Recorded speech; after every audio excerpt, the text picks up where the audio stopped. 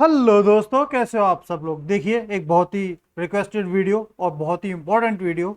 SSC CPO medical क्या पूरी process होती है, पूरी कंप्लीट डिटेल, पूरी इन्फॉर्मेशन के साथ मैं प्रोवाइड करा दूंगा विद अपना एक्सपीरियंस, जो भी मेरा मेडिकल का एक्सपीरियंस था।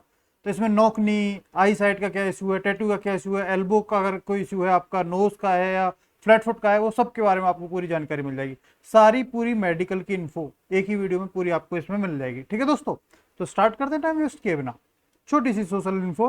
अगर आपको कुछ पर्सनली पूछना हो, इंस्टाग्राम पे आप कनेक्ट कर लीजिए, क्योंकि बहुत से लोगों का बार बार आता है मैसेज कमेंट में और उसमें कि फ़ोन नंबर दे दो, आपसे बात करनी है। सब भाई, कुछ भी किसी का कोई डाउट क्वेरी हो, इंस्टाग्राम में आप सबके लिए मैंने बना लिया है, खोल लिया है, उस पर आप कनेक्ट कर लीजिए। कोई भी डाउट क्वेरी हो वहाँ पूछ लीजिएगा। एसएससी रिलेटेड सभी चीज़ें इन्फो आपको टेलीग्राम पे सैडुलस चौधरी से वहाँ पे भी सर्च करेंगे तो वहाँ पे एसएससी रिलेटेड हर चीज़, आरटीआई की रिप्लाई हो, वैकेंसीज हो, कब रिजल्ट आ रहा है, कब नोटिफिकेशन आ रहा है, हर चीज़ आपको टाइम टू टाइम, शायद फास्टेस्ट आपको टेलीग्राम पे मेरे चैनल पे मिल जाएगी। और यूट्यूब पे तो आप जानते हैं। स्टार्ट करते हैं दोस्तों। तो देखो, जब आपका मेडिकल का आएगा उससे कुछ दिन पहले आपके आ जाएगा एडमिट कार्ड, और एडमिट कार्ड में आपके में मेंशन रहेगा कि आपको क्या क्या लेके जाना है। ठीक है, डॉक्यूमेंट्स वगैरह मेडिकल के टाइम पे। तो आपको एक टाइम दिया हुआ होगा, तो आपको हर हालत में उस ऑन टाइम पहुंचना है। उस पर्टिकुलर जो टाइम आपको रिपोर्टिंग टाइम है, उसी रिपोर्टिंग टाइम पे कैसे भी करके पहुंचना है आपको। ठीक है, वैसे थोड़ा बहुत लेट हो जाते हैं तो एक्सेप्ट शायद कर लें, बट कोशिश करिएगा टाइम पे पहुंचो। वहाँ पे आपको अपनी आईडी ले जानी होती है, जिसमें आपका फोटो हो और आपकी डेट ऑफ बर्थ मेंशन हो। एडमिट कार्ड आपको लेके जाना होता है, कुछ फोटोज लेके जाने होते हैं, मेनली तो 2 ही फोटो लेके जाने होते हैं। इसके अलावा कोविड डिक्लेरेशन अभी लेके जाना होता है। इसके अलावा कुछ और एक दो आपको, जैसे पानी की बोतल वगैरह, आपको ऐसी चीज़ें अपनी जो लेके जानी होती है, वो एडमिट कार्ड में सारा मेंशन रहेगा। और जब आएगा मेडिकल के एडमिट कार्ड वगैरह, तो मैं पूरी और भी अच्छे से क्या क्या डॉक्यूमेंट लेके जाने हो, तो मैं उसमें एक वीडियो ला के बता दूंगा। फिलहाल ये आपको, ये मोटा मोटी ये डॉक्यूमेंट्स आपको लेके जाने होते हैं रिपोर्टिंग के टाइम। जब आपकी रिपोर्टिंग होगी तो वहाँ पहुँच के आपके हाइट वेट मेजर किए जाएंगे कि आपकी पर्टिकुलर जो हाइट है कि वो पूरी कंप्लीट है कि नहीं, वेट आपका है कि नहीं है। क्योंकि देखो, अगर आपकी जैसे फॉर एग्जांपल कईयों की होती है कि 169 है मेरी हाइट और रिक्वायर्ड है 170, या 169.5 है और सब है, क्या वो एक्सेप्ट हो जाएगी या वो नहीं। जहाँ तक तो आपकी पीएचटी में होनी होती है तो वही हो जाती है, अगर नहीं तो अभी नहीं होगी। जो भी सीपीओ 2020 वाले वाले देख रहे हैं, मैं बता रहा हूँ, अगर आपकी एग्जैक्ट 170 है तो भी कई बार आपको हो सकता है कि वो 169.5 आपकी बता दें। तो वो बहुत ज़्यादा स्ट्रिक्ट होते हैं हाइट वाइट को लेके, कई जगह पे बहुत लीनियंट होते हैं, तो वो 170 वाले वो कर लेते हैं। 171 है तो आपको कोई डरने की बात नहीं है। इसके अलावा फिर आपका वहाँ पे ब्लड टेस्ट होता है और यूरिन टेस्ट होता है। इसके लिए कई बार जो आपके, जो भी फोर्स में आपका जहाँ पे भी सेंटर पे हुआ है, कई बार उस पर्टिकुलर जैसे मान लो सीआरपीएफ है, उस है वहाँ पे अपना हॉस्पिटल उनका होता है तो वो अपने हॉस्पिटल में करा लेते हैं। कई सेंटर्स पे अपना उनका हॉस्पिटल नहीं होता तो पास का जो भी सरकारी हॉस्पिटल होगा उसमें कराएंगे। जैसे मेरा हुआ था सीआईएसएफ ग्रेटर नोएडा पे, तो वहाँ पे उनका अपना वो नहीं था हॉस्पिटल उस टाइम पे, अब बन गया हो तो पता नहीं। तो वो पास में ही एक जीआईएमएस शायद हॉस्पिटल है, वहाँ पे वो लेके गए थे सरकारी हॉस्पिटल। वहाँ पे सारे पूरे बैच का उन्होंने ब्लड और यूरिन टेस्ट कराया था। तो ये वो ब्लड और यूरिन टेस्ट कराते हैं, वहाँ से उसकी रिपोर्टिंग वगैरह वो शाम तक लेके अपने आप ही वो करते हैं। इसके अलावा आपका बीपी टेस्ट होता है, और ब्लड प्रेशर का आपको पता ही है, जो आपको 80-120 रखना है। और ये थोड़ा बहुत ऊपर नीचे 19-20 है तो कोई दिक्कत नहीं होती। अगर ये 120 की जगह 125 भी कोई दिक्कत नहीं होगी, बट अगर 140 है तो आपको दिक्कत हो सकती है। और एक्चुअली वहाँ पे ना लोग जो पैनिक करते हैं उससे ज़्यादा बीपी का इश्यू आता नहीं, तो ऐसे जनरली आता नहीं है। तो अगर ये है तो थोड़ा नमक वमक खाने पीने का आप ध्यान रखिएगा कि तीखा वगैरह कुछ दिन ना खाओ जब आपका मेडिकल होने वाला हो। हाइट वेट का मैंने बता दिया। इसके अलावा जैसे हॉस्पिटल में आपका चेस्ट एक्सरे वो लेंगे, जिसमें वो चेक वो करते हैं कि टीबी या कोई बोन का इश्यू तो नहीं है। तो ये होता है आपका इन दोनों के लिए। और इसके लिए आपको उसमें अगर है हॉस्पिटल का तो अपना, नहीं तो सरकारी हॉस्पिटल वो अपने आप फौज ले जाती है, कोई दिक्कत नहीं। इसके बाद जो दूसरा और मोस्ट इंपॉर्टेंट होता है, क्योंकि एक्चुअली अलग अलग बैच बना दिए जाते हैं, किसी में 20-20 लोगों का बैच बना देंगे अगर 60 बच्चे हैं, या 10-10 लोगों का बैच बना देंगे, नंबर ऑफ पीपल के हिसाब से बैच बना देते हैं। हर एक बैच का उस हिसाब से चलता रहता है। ये जो मैंने पूरी प्रोसेस बताई, ये भी हर एक बैच के हिसाब से होता है, और उनके लिए अलग अलग डॉक्टर्स बनाए हुए होते हैं, और हर एक डॉक्टर अपने हिसाब से चेक करता है। एक ही डॉक्टर सारे पूरे बैच को नहीं करता। अब हो सकता है कहीं टोटल मान लो 20-30 बच्चे ही हों किसी सेंटर में, मान लो नॉर्थ ईस्ट में, सेंट्रल में, या किसी साउथ रीजन में, तो वहाँ पे वो एक ही डॉक्टर ही कर देगा, वो तो वो अलग बात है। मतलब नॉर्थ इंडिया में जो मैं बता रहा हूँ, नंबर ऑफ पीपल ज़्यादा होते हैं तो उस हिसाब से वो मैट होता है।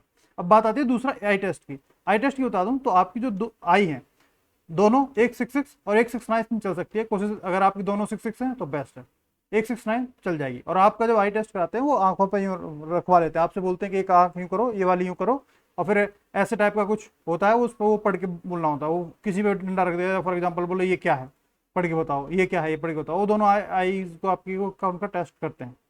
अब इसी में बहुत लोगों का आ जाता है कि हमारा नंबर सही नहीं है, हमारा ज़्यादा है ये वो, कि हम लासिक करा लेंगे ये वो।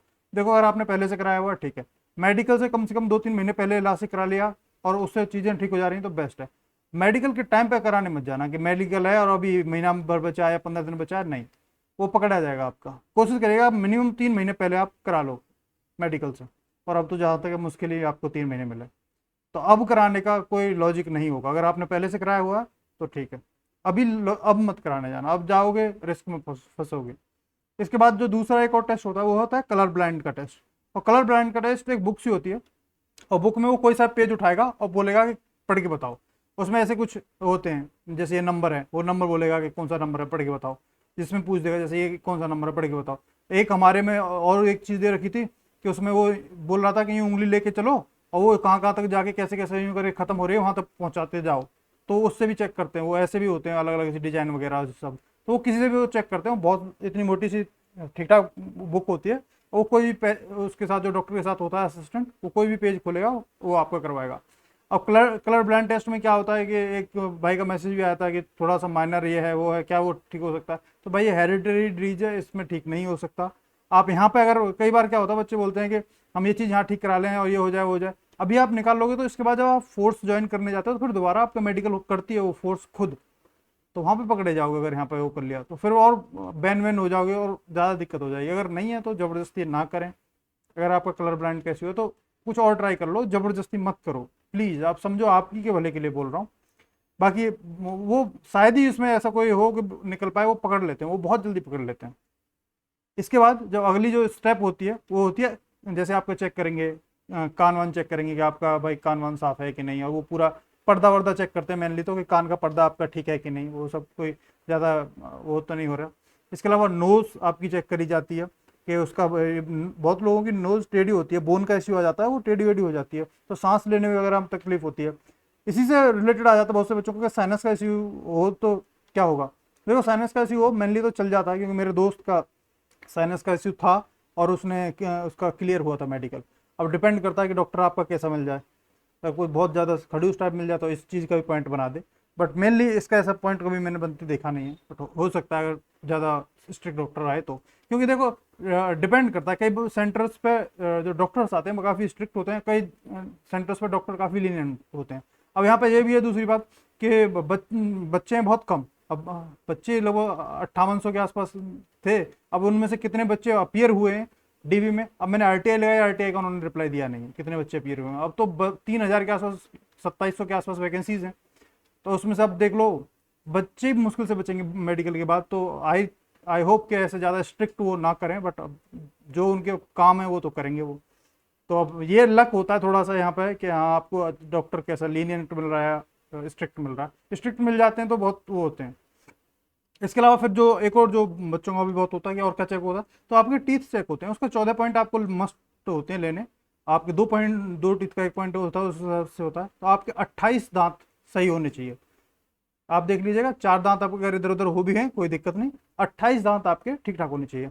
अगर किसी का थोड़ा बहुत तो कुछ दिक्कत आ भी रहा है, थोड़ा बहुत डायरेक्ट दांत हो गए हैं, तो मसाला वसाला भरवा लीजिएगा और ऐसा करवा लीजिएगा फिलिंग वगैरह कि वो इतना इजीली दिखाई ना दे। उस कलर का करवाइएगा और ऐसे कि हाँ बिल्कुल वो नॉर्मल जैसे टीथ होते हैं वैसे हो जाए, तो दिक्कत नहीं आती। टीथ में शायद ही किसी के ज़्यादा दांत जा चुके हों, उसी को पॉइंट बनाते, नहीं तो टीथ का पॉइंट मैंने बनते हुए देखा नहीं था अपने में तो, और बहुत कम ही सुना है। इसके बाद जो अगला स्टेप वो चीज़ करते हैं, वो पोस्चर चेक करते हैं। आपको यूँ खड़ा करा लेते हैं अंदर, जब आपको लेके जाते हैं और अंदर खड़ा कराते हैं तो आपको पोस्चर चेक करते हैं, देखते हैं कि हाँ भाई सही ठीक ठाक है, कहीं कोई डिफॉर्मिटी तो नहीं है कि एक शोल्डर ऊपर एक शोल्डर नीचे या ऐसा कुछ। मतलब no disrespect to anyone, but एक बात बता रहा हूँ वो उस हिसाब से देखते हैं। इसके अलावा एक बच्चों का बहुत डाउट आता है, और ये चीज़ है भी जेन्युइन, कि एल्बो एंगल कितना देखते हैं और क्या होता है। देखो अगर आपका 20 डिग्री तक एल्बो एंगल है तो कोई दिक्कत नहीं आती। वैसे भी नॉर्मल जो होता है वो 15 डिग्री तक होता ही है। थोड़ा बहुत 19-20 इधर उधर है, इतना मेजर इश्यू नहीं आता वो, क्योंकि वो इंची टेप लेके एकदम से नहीं, वो आराम से यूँ आपका यूँ हाथ करवा के देखते हैं। ऐसे कोई इंची टेप लगा के नहीं देखते हैं उस सबसे, और उससे वो दिख जाता है उनको 2 सेकंड में, क्योंकि उनका पूरे लाइफ टाइम का वो एक्सपीरियंस हो जाता है। वो 2 सेकंड में देख के बता देते हैं किसके क्या दिक्कत है। ठीक है, तो ये आपका नॉर्मल कैरिंग एंगल है, आप देख लीजिएगा। अगर ऐसा है तो दिक्कत है, ऐसा है तो दिक्कत है, ऐसा दिक्कत। मैन आपका ये बिल्कुल परफेक्ट है, तो आप उस हिसाब से देख लीजिएगा, ठीक है। 20 डिग्री तक तो कोई ज़्यादा ऐसा इश्यू आता नहीं, 20 डिग्री तक completely fine. Finger winger check करते हैं कि आपकी कोई उंगली उंगली कटी ना हो और ये सब हो, आपकी उंगलियां ये सब सही चल रही हैं। उंगली उंगली कटी हुई होगी या कुछ नेल वेल का इश्यू होगा कुछ ज़्यादा, तो पॉइंट बना सकते हैं, ठीक है, ध्यान रखिएगा। फिंगर वगैरह आपकी सारी ठीक ठाक होनी चाहिए, ये नहीं कि यहाँ से उंगली कटी हुई है उसका कोई पॉइंट, उसका बनेगा भाई पॉइंट, सच बता रहा हूँ। बाकी लोग और कुछ भी बनाए, बट आपकी फिंगर विंगर कुछ कटी हुई हुई है तो उसका पॉइंट बनेगा।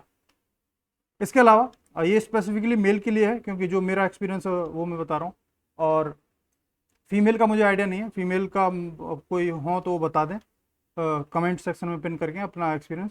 यहाँ पर मेल के लिए जब लेते जाते हैं अंदर खड़ा कर देते हैं, और फिर मेनली आपको सिर्फ आपके अंडरवियर में खड़ा किया जाता है, तो आपको वो उतारने के लिए बोलते हैं। हमारे में तो 10 बच्चे थे, 10 बच्चे वो शायद खड़े कर दिए थे ऐसे लाइन से, और सबसे बोल दिया था कि आप अंडरवियर नीचे कर लीजिए, और फिर वो पीनस फोर स्किन चेक करवाते हैं आपको कि हाँ आपकी सही से पीछे हो रही है कि नहीं हो रही। इसके अलावा चेक की जाती है वो, और वो उसमें कोई फेल नहीं हुआ था। और हाइड्रोसिल चेक किया जाता है आपका, तो हाइड्रोसिल की बीमारी है कि नहीं है वो देख लेते हैं। वो 2 सेकंड में आपको खुद बोलते हैं कि आप पकड़ लीजिए, और उसी से वो आइडिया लगा के वो 2 सेकंड में देख देख के वो बताते चलते हैं, देखते चलते हैं। इसके अलावा आपकी पाइल्स की बीमारी चेक की जाती है, तो आपको बोल दिया जाएगा कि आप यूँ करके झुक जाइए, और फिर आपको खांसने के लिए बोलते हैं कि खांसिए, और वो टॉर्च मार के वो देख रहा होता है, तो वो उसको 2 सेकंड में देख देख के पता चल जाते हैं। इसको बहुत ज़्यादा हुआ मत बनाइएगा, नॉर्मल सी चीज़ है, जस्ट एक मेडिकल वो है, ठीक है। तो ये चीज़ें होती हैं। बाकी फीमेल का मुझे नहीं पता, वो फीमेल ही बता सकती हैं, बट ये चीज़ होती है। और ये 3 चीज़ें चेक की जाती हैं जो बहुत पर्सनली चेक की जाती हैं आपको रूम लॉक करके, ठीक है। तो ये होती है। इसके अलावा फिर आपकी एक चीज़ और जो चेक की जाती है वो की जाती है वेरिकोज वेन। ये हर किसी के नहीं होती, कुछ जो बहुत दौड़ भाग करते हैं उनके थोड़ी बहुत जो फैट कम हो जाता है बॉडी में, थोड़ा बहुत दिखते हैं, बट उसमें और वेरिकोज वेन में डिफरेंस होता है, ठीक है। ये अलग ही दिख जाएंगे, गुच्छा सा बना हुआ ऐसे दिखेगा, और अगर ऐसा है तो आपका पॉइंट बनना ही बनना है। और इसका सॉल्यूशन अब आप देख लीजिए। वेरिकोज वेन आपको नहीं होना चाहिए, जनरली ऐसा होता नहीं है किसी के, बट इन केस। इसके अलावा जो बहुत ज़्यादा इश्यू आता है वो आता है टैटू इश्यू। टैटू का क्या रहे, देखो आपका कोई रिलीजियस साइन है तो वो इतना कुछ मेजर इश्यू नहीं बनाते। रिलीजियस साइन का देखो, मेरा यहाँ पे ओम है, अगर यहाँ पे दिख रहा होगा, कभी दिखाऊंगा, ओम है। हालांकि मैंने जब मेरा मेडिकल हुआ था तो मैंने उससे पहले ये हटवा लिया था लेजर ट्रीटमेंट करा के, तो ओम बना हुआ मेरे। ऐसे बहुत लोगों के और अलग अलग रिलीजियस साइन बने होते हैं, किसी कुछ किसी कुछ, तो उसका ऐसा मेजर इशू नहीं बनते। मेरा थोड़ा बहुत फिर भी दिख रहा था, बट उन्होंने ऐसा कुछ पॉइंट बनाया नहीं था, हल्का सा दिख रहा था, मेरा क्लियर किया था। बट कई बार और लोगों का कर देते हैं, वो पॉइंट बना देते हैं वो सब। बट रिलीजियस किसी उसका साइन का मैंने नहीं देखा था कि आपका कुछ वो हो। अगर आपका राइट हैंड पे कुछ है तो आपको कोई दिक्कत नहीं है। लेफ्ट हैंड पे है, राइट हैंड पे मतलब आपको सल्यूट करनी होती है, तो वो एक्सेप्टेबल नहीं है। लेफ्ट हैंड पे एक्सेप्टेबल है आपका, वो 4 उस तक हो कोई टैटू, ठीक है। और जो टैटू का साइज है वो 1/4 से ज़्यादा नहीं हो। ये अब जीडी वगैरह में और आर्मी वगैरह के उसमें ये होते हैं, बट इन शॉर्ट ये है कि अगर आपका टैटू है तो कोशिश करिए कि लेजर के ट्रीटमेंट से ज़्यादा नहीं, हफ्ते 10 दिन में वो क्लियर हो जाता है, करवा लीजिए। क्यों रिस्क लेना, आपके करियर और फ्यूचर का सवाल है, ठीक है। रिलीजियस साइंस के लिए मोस्ट प्रोबेबली आपको इतना इश्यूज नहीं बनाते, बट और कोई ऐसा टैटू है तो प्लीज़ क्लियर करा लीजिएगा लेजर ट्रीटमेंट से। स्टिल आपको कोई डाउट करिए टैटू रिलेटेड कमेंट करिएगा, मैं रिप्लाई करूंगा, ठीक है। इसके अलावा अगला जो नेक्स्ट स्टेप होता है वो होता है नौकनी का, क्योंकि बहुत बच्चों का नौकनी का इश्यू आता है। नौकनी वो चेक करते हैं पूरे उसी में उस टाइम पे। तो नौकनी आपका नॉर्मल नौकनी ये है, ठीक है, ये एकदम नॉर्मल अलाइनमेंट है। जो ये है, अगर आपका ऐसा कुछ है तो नहीं चलेगा, और ऐसा कुछ है तो भी नहीं चलेगा, ये है। अब इसमें क्या है कि बहुत सारे बच्चे बोलते हैं कि बहुत माइनर सा है, कैसे ठीक हुआ। देखो दौड़ भाग करने से काफ़ी इंप्रूवमेंट हो जाता है। इसके अलावा आप तकिया वकिया रखेंगे पैरों के बीच में और उससे सोएंगे वोएंगे, जब सोते टाइम तकिया वकिया रख के, और ये सब तो बहुत सारी कुछ टिप्स एंड ट्रिक्स होती हैं। आप यूट्यूब पे सर्च करेंगे कैसे इंप्रूव करें, वो आपको मिल जाएंगी, उससे काफ़ी हद तक इंप्रूव हो सकता है। बट अगर बहुत ज़्यादा मैसिव लेवल पे है तो फिर तो बड़ा मुश्किल हो जाएगा। बट कोशिश करिएगा कि नौकनी आपका बिल्कुल एक परफेक्ट इस हिसाब से हो। इसके अलावा फुट में ही वो फ्लैट फुट चेक करते हैं, और फ्लैट फुट ये होता है आपका, ठीक है, जहाँ पे आपको पूरा ये जाता है ये, और वो चेक कर लेते हैं। रेत वेत पे पैर रखवा लेंगे, या उनके ऊपर मशीन होगी उस पर रखवा लेंगे, कई बार ऐसे देख के भी पता लगेंगे। हर डॉक्टर का अपना अपना हिसाब होता है, परफेक्ट होता ही है नॉर्मल फुट। अगर फ्लैट फुट है तो इसका तो पॉइंट बनना ही बनना है आपका। तो ऐसा ना हो, अगर है तो अपना जैसे भी आप कुछ करवा पाओ, सुधार पाओ तो देख लीजिएगा। फ्लैट फुट का वो नॉट एक्सेप्टेबल एट ऑल है, ठीक है दोस्तों। ये चीज़ आपकी एक और चेक होगी। इसके अलावा कुछ बच्चों की और क्वेरी आई, हैंड फ्रैक्चर वगैरह है कि नहीं। देखो अगर हैंड फ्रैक्चर कभी आपका हुआ है और आप कंप्लीटली फाइन है, उसमें आपके हाथ में कोई दिक्कत नहीं है। अगर देखो अगर मान लीजिए कोई एल्बो वेल्बो का हुआ और उससे आपका एंगल चेंज हो चुका है, हैंड एंगल काफ़ी 20 डिग्री से ज़्यादा हो चुका, तो फिर दिक्कत आनी है भाई। अगर वैसे कोई मान लो वो उंगली का या किसी अंगूठे का या कुछ हाथ वूथ का किसी का फ्रैक्चर हुआ, वो फिर दोबारा ठीक हो गया तो कोई दिक्कत नहीं, कोई समस्या नहीं। ठीक है। कुछ लोगों का यह था कि अपेंडिक्स का ऑपरेशन हुआ था ये वो, तो उससे कोई दिक्कत आई, कोई दिक्कत नहीं आएगी। अपेंडिक्स वगैरह के किसी ऑपरेशन से कोई दिक्कत नहीं आएगी। स्क्विंट आइज हैं अगर किसी की माइनर है, बहुत माइनर है तो कोई दिक्कत नहीं, अगर मेजर है तो भाई प्रॉब्लम आएगी। ठीक है। तो ये स्क्विंट आई का ये रहता है। और इसके अलावा कोई आपका डाउट या क्वेरी हो तो आप कमेंट करके पूछिएगा। बाकी ये है कि जब ये आपको सब कुछ हो जाता है तो फिर वो आपको करके दे देते हैं कि हाँ भाई आपका ये हो गया, आप मेडिकली फिट हो। अगर जिनका मेडिकली फिट हो तो बढ़िया है, उसके बाद आपको बस डीवी में जाना और अपना फाइनल सिलेक्शन का वेट करना। और जिनका नहीं है हुआ, उनका कुछ पॉइंट बना दिए, मान लीजिए किसी के 2 मेरे बनाए थे, एक तो मेरे वेट का बनाया था।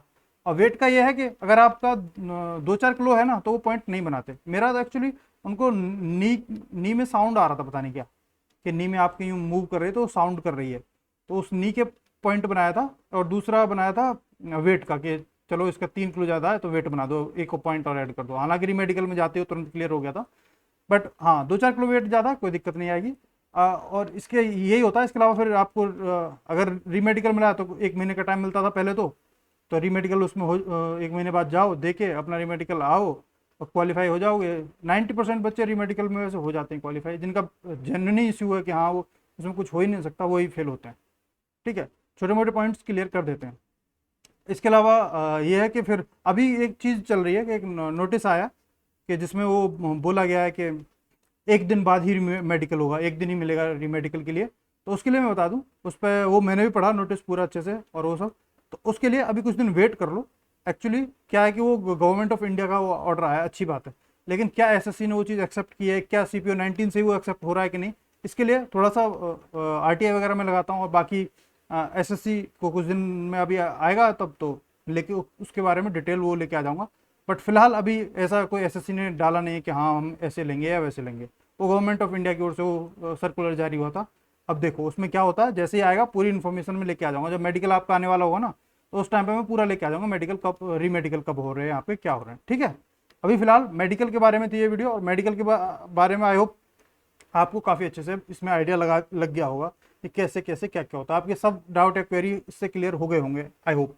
स्टिल आपको कोई डाउट या क्वेरी है तो आप अगर पर्सनली पूछना चाहते हैं इंस्टाग्राम पे पूछ लीजिएगा शेड्यूल चौधरी से। बाकी कमेंट सेक्शन में पूछ लीजिएगा, वहाँ पे भी अगर जेन्युइन क्वेरी है तो मैं जरूर रिप्लाई करूँगा। ठीक है दोस्तों, आज की इस मेडिकल वीडियो में इतना ही। नेक्स्ट वीडियो में बहुत जल्दी मिलेंगे, तो दोस्तों टाटा बाय बाय, जय हिंद।